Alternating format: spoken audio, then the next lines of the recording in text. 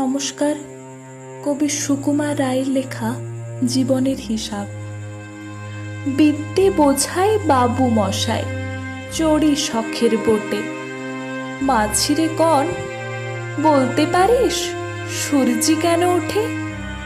চাঁদটা কেন বাড়ে কমে, জোয়ার কেন আসে? বৃদ্ধ মাঝি অবাক হয়ে ফেল ফেলিয়ে হাসে।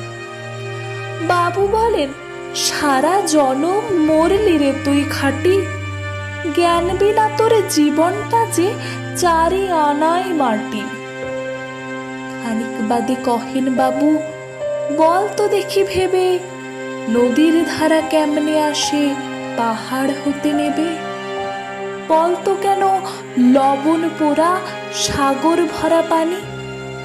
মাঝি সে কয়, আরে মশাই অত কি আর জানি। বাবু বলেন, এই বয়সে জানিস নেও তা কি? জীবনটা তোর নেহাত খেলো, অষ্ট আনাই ফাঁকি। আবার ভেবে কহেন বাবু, বলতো ওরে বুড়ো, কেন এমন নীল দেখা যায় আকাশের ওই চূড়ো? বলতো দেখি সূর্য চাঁদে গ্রহণ লাগে কেন? বৃদ্ধ বলে, আমায় কেন লজ্জা দেছেন হেন? বাবু বলেন, বলবো কি আর, বলবো তোরে কি তা? দেখছি এখন জীবনটা তোর 12 আনাই বৃথা। খানিক বাদে ঝড় উঠেছে, ঢেউ উঠেছে ফুলে। বাবু দেখেন নৌকা খানি ডুবলো বুঝি দুলে।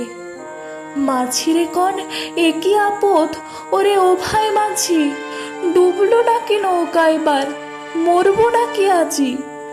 মাঝি শোধায়, সাঁতার জানো? মাথা নাড়েন বাবু। মূর্খ মাঝি বলে, মশাই এখন কেন কাবু? বাঁচলে শেষে আমার কথা হিসেব করো পিছে। তোমার দেখে জীবনখানা 16 আনাই মিছে।